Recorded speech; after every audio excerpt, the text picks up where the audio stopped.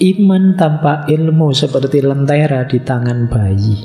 Iman tanpa ilmu isinya kan hanya percaya saja, tidak terlalu ada gunanya. Bisa saja membakar dirinya sendiri. Jadi kita tidak sadar melakukan yang salah, yang keliru, yang merusak. Wong kita tidak ngerti ilmunya.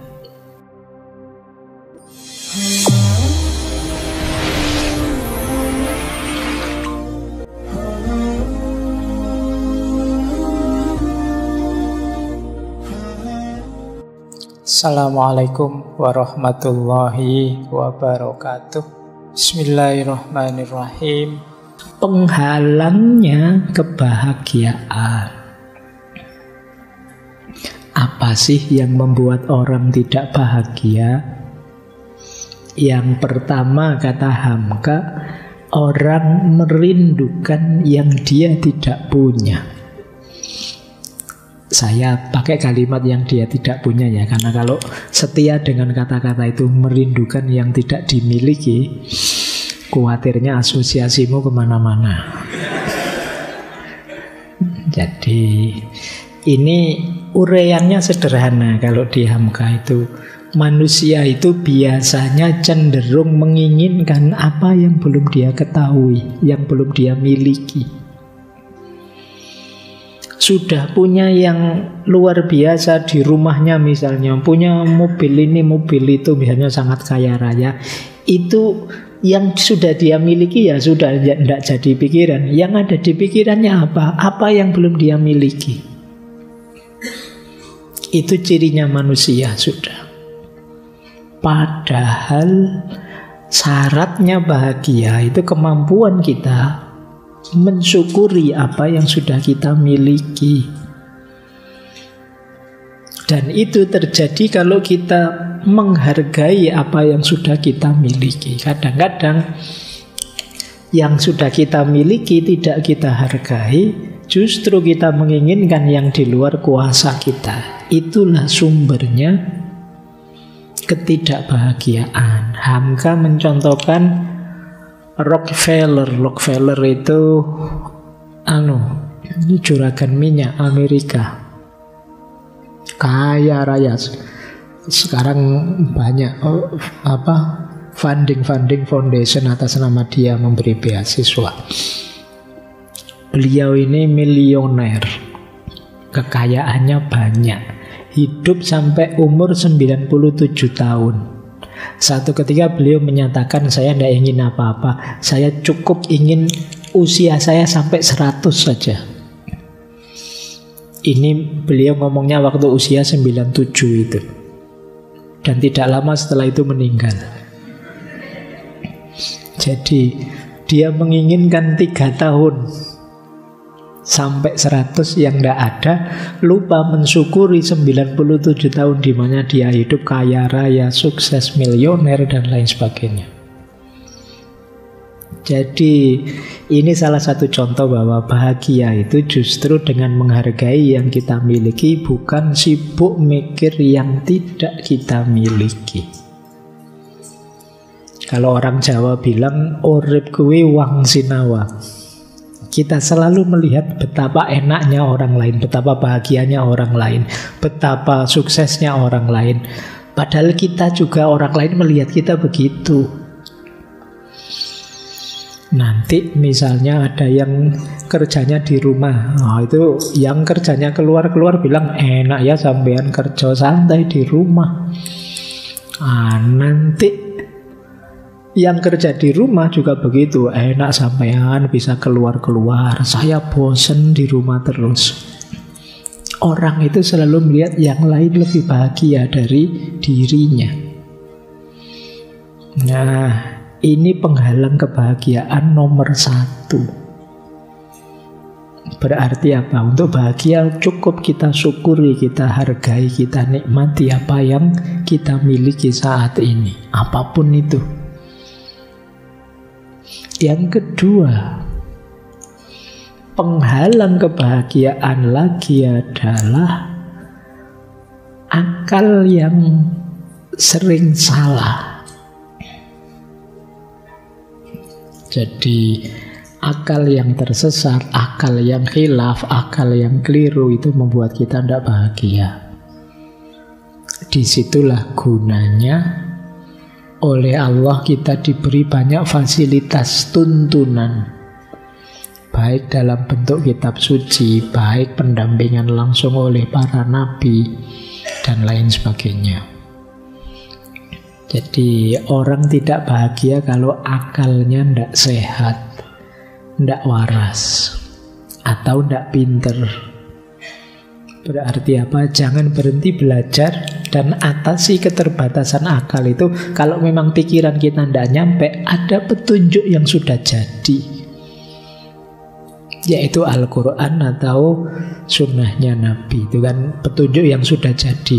Yang agama lain jadi agamanya masing-masing, sudah ada. Mungkin akal kita terlalu berat memprosesnya, tinggal diikuti saja petunjuk-petunjuk langsung dari Tuhan itu. Itu yang disarankan oleh Hamka. Penghalang kebahagiaan juga rasa benci. Kebencian kita terhadap apapun dan siapapun itu akan memberati hati kita. Jangan dikira benci kita itu menyusahkan orang yang kita benci. Yang pertama-tama susah dan repot adalah kita yang membenci. Bayangkan kita benci sama tetangga kos kita itu, ketemu saja kita males. Akhirnya begitu lewat depan kosnya kita muter. Padahal orang yang kita benci santai-santai saja, kita sendiri yang repot tidak karu-karuan. Jadi kadang-kadang kebencian itu merepotkan kita sendiri yang membenci. Kita ingin musuh kita hancur, tapi kita menaruh racunnya dalam hati kita sendiri. Itu yang sering dialami oleh para pembenci. Dia hancur sendiri karena kebenciannya. Jadi kalau orang yang dibenci sukses itu dia jantungnya kumat sudah. Kok dia bisa, itu mesti suksesnya karena apa? Nanti lihat tetangganya dagang sukses itu tidak terima. Itu mesti nyari pesugihan di mana itu. Nyari di mana. Jadi rasa benci. Yang ketiga, pesimis. Orang yang mindsetnya pesimis juga tidak akan bahagia.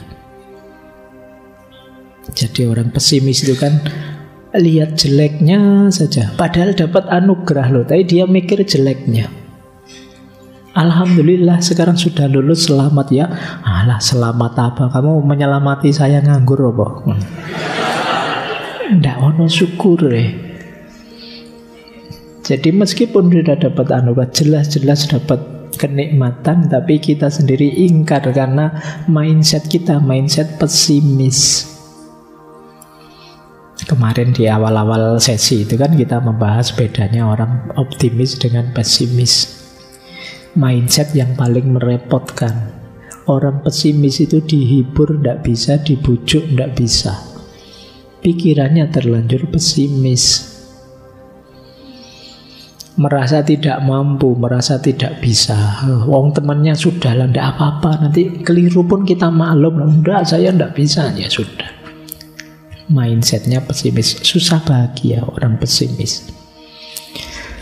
Nah, ada lagi, ini juga membuat orang tidak bahagia, takut mati. Jadi, ini tentu saja bisa bermakna positif, bisa bermakna negatif. Bermakna positif, kalau takut mati itu membuat kita semakin ingin memperbanyak bekal untuk hidup sesudah mati. Oleh Hamka diilustrasikan seperti kisahnya sahabat Bilal bin Rabah, yang dia ini bahagia ketika sakaratul maut, karena bagi dia segera setelah itu saya ketemu kekasihku Rasulullah. Tapi banyak orang yang takut mati dalam konotasi memang dia takut beneran. Jadi kata Hamka, banyak orang yang menganggap bahwa kematian itu bermakna kehancuran, lenyapnya diriku, lenyapnya kenikmatan.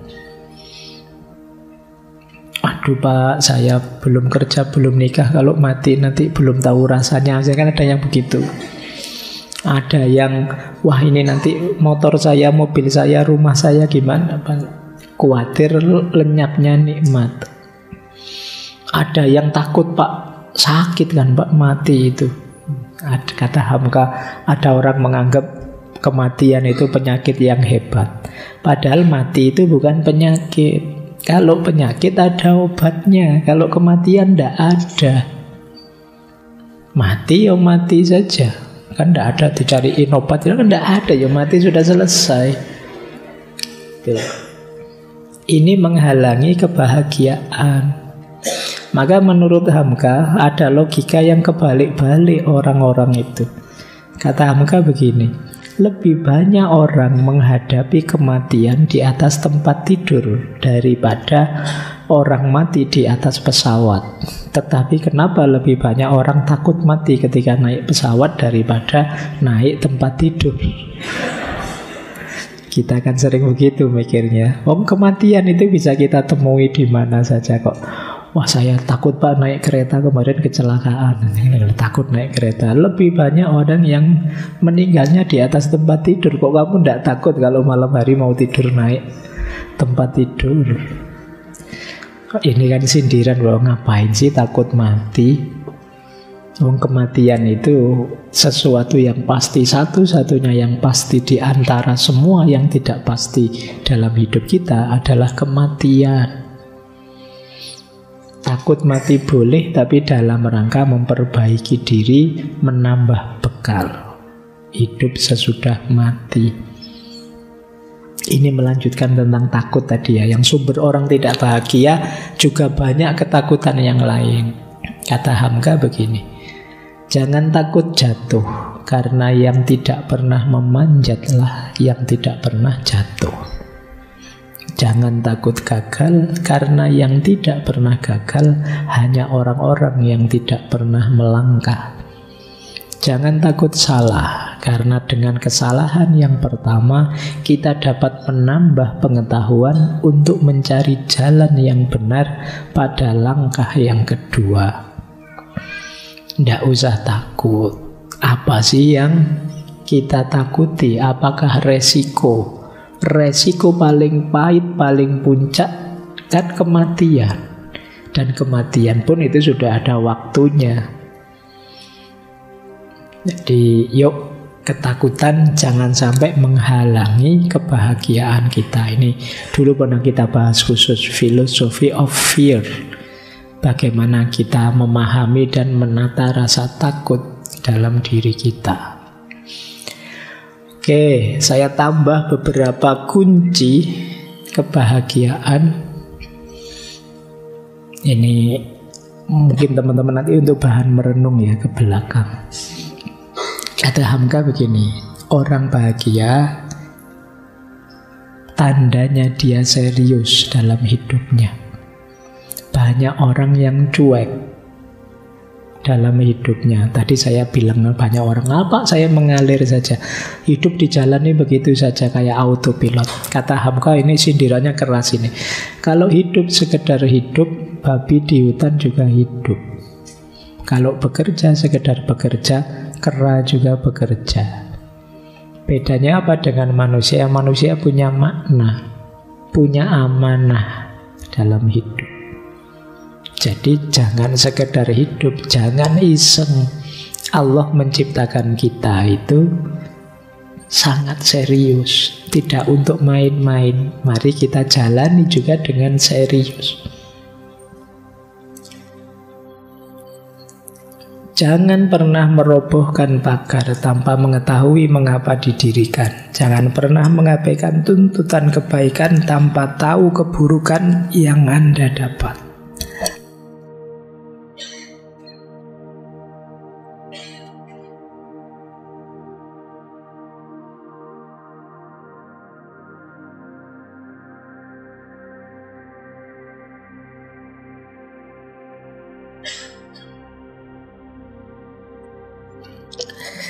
Kayak hilang lagi kalau habis batuk. Intinya serius ya, jangan melakukan apapun tanpa sadar efek dan resikonya.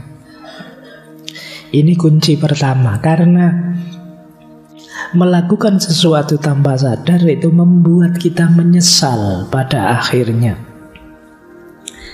Lanjut, kunci kebahagiaan lagi adalah daya tahan. Hidup ini tidak senang terus, tidak sukses terus. Ada senangnya, ada sedihnya. Berarti apa? Ayo membangun daya tahan. Tahan menderita kepahitan hidup, sehingga penderitaan menjadi kekayaan adalah bahagia. Ini menarik ya, istilah penderitaan menjadi kekayaan. Saya kasih contoh begini ya. Dulu zaman saya kecil di rumah, itu kadang-kadang makan hanya pakai garam sama kelapa.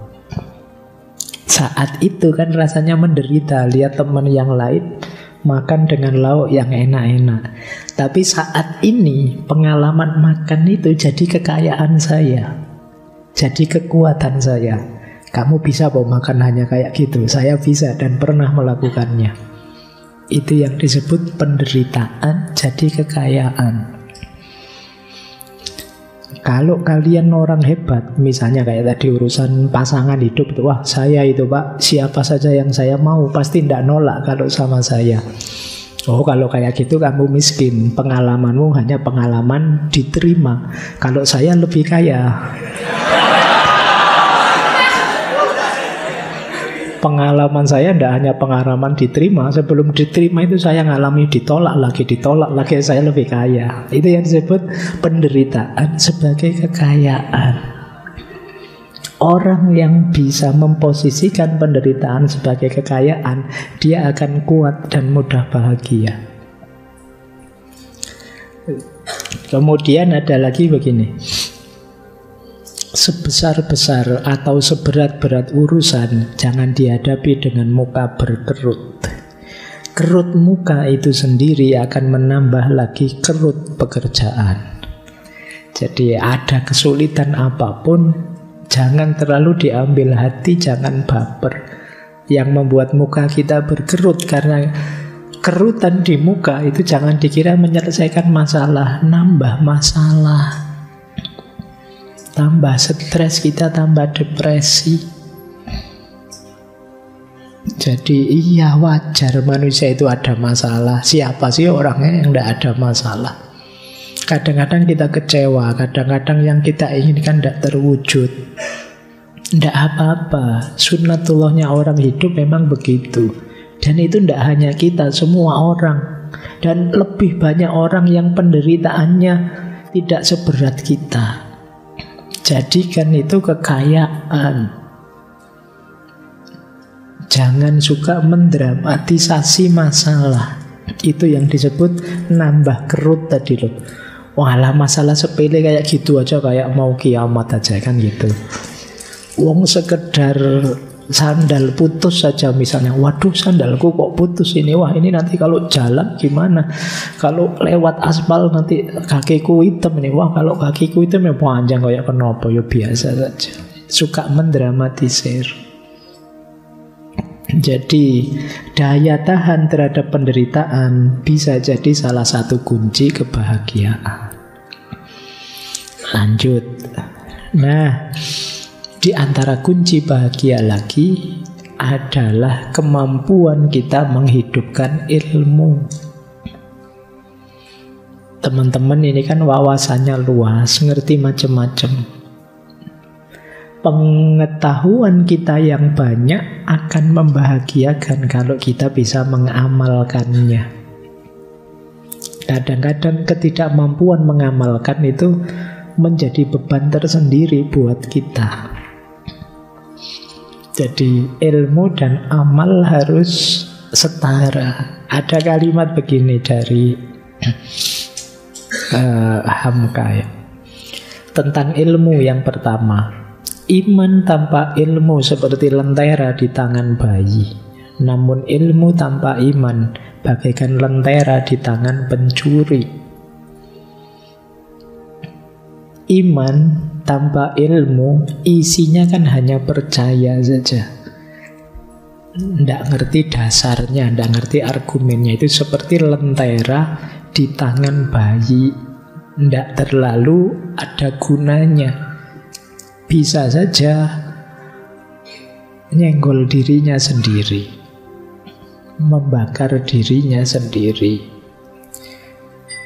Jadi kita tidak sadar melakukan yang salah, yang keliru, yang merusak. Wong kita tidak ngerti ilmunya. Sebaliknya, ilmu saja tanpa dikuatkan iman seperti lentera di tangan pencuri. Ya lentera di tangan pencuri ya dipakai mencuri oleh dia. Ilmunya dimanipulasi untuk hal-hal yang negatif, meskipun ilmu tadi hakikatnya positif. Ini tentang ilmu. Tentang amal juga begitu. Ya jangan hanya berilmu dong, ayo beramal. Salah satu pengkerdilan terkejam dalam hidup adalah membiarkan pikiran cemerlang menjadi budak bagi tubuh yang malas.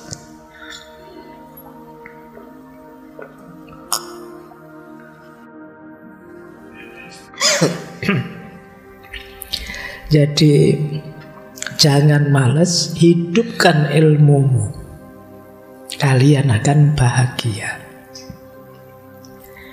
Ini munajat terakhir dari dulu pernah kita pakai di Lembaga Budi. Kitabnya Hamka yang dulu kita kaji. Ini kalimat ini dulu juga pernah kita pakai. Inilah kuncinya kebahagiaan. Kita baca ya untuk menutup sesi malam hari ini di sela-sela taburan batuk. Jadi kata Hamka begini: di dalam menempuh perjalanan hidup, janganlah mencoba menjaga jarak dari Tuhan. Mari kita sedekat mungkin dengan Dia. Sebab kendali yang sebenarnya terpegang di tangannya. Betapapun kita memegang kemudi bahtera menuju pelabuhan yang dicita-citakan, namun yang menentukan arah angin adalah Dia. Sebelum sampai ke tempat perhentian, jangan lekas puas dan gembira jika nasib selamat, tapi bersyukurlah. Dan jika angin ribut mengguncang bahtera sehingga seakan-akan tiang akan patah, janganlah terguncang jiwamu, sebab sesudah angin ribut itu alam akan terang kembali. Sebab itu hendaklah sabar. Imbangan pelajaran hidup adalah antara syukur dan sabar. Perhitungan laba dan rugi bukanlah di tengah pelayaran, tetapi di tempat perhentian terakhir. Jadi ada dua modal kita untuk hidup menuju kebahagiaan. Jangan lupa syukur dan sabar. Hidup kita hanya ada dua variabel, senang dan sedih, gagal dan sukses. Menghadapi senang dan sukses kita punya syukur, menghadapi sedih dan gagal kita punya sabar. Kalau kita sudah punya dua ini, insya Allah kita lebih mudah bahagia. Allahumma tim lana bi husnil khotimah.